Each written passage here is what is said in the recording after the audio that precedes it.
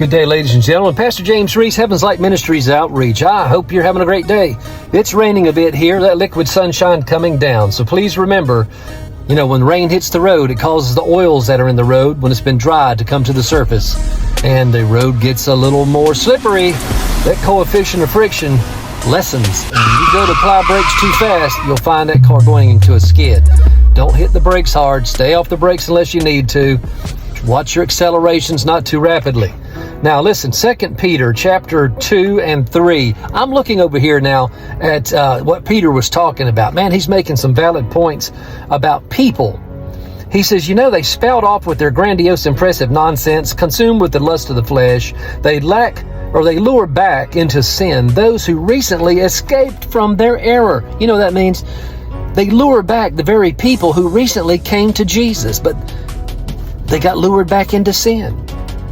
They promised others freedom, and yet they themselves are slaves to corruption. For people are slaves to whatever overcomes them. Check yourself. Is there anything that overcomes you? Is there a taste for something you have that just drives you beyond, it puts you into a frenzy that you can't control? Hey, take a look at that.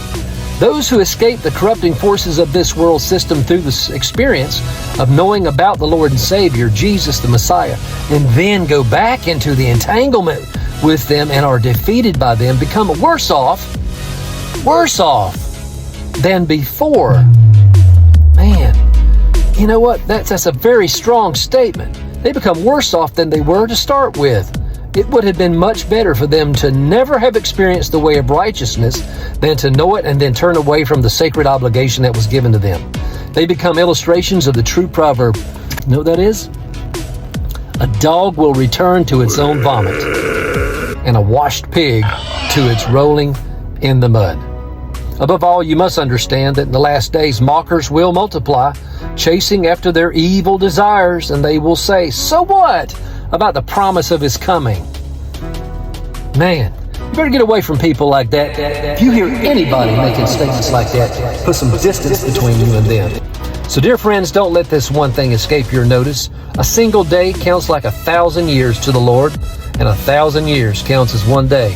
I'm going to wrap this up right about here. But listen, from Adam to Jesus was 4,000 years. That's 4 days, according to what that just said. Now, when Jesus came to where we are right now, that's been a little over 2,000 years. That's 2 more days. So that's 6 days total. So that means now we're in the beginning part of the 7th day. You better get ready, ladies and gentlemen. I'm telling you, Jesus is coming.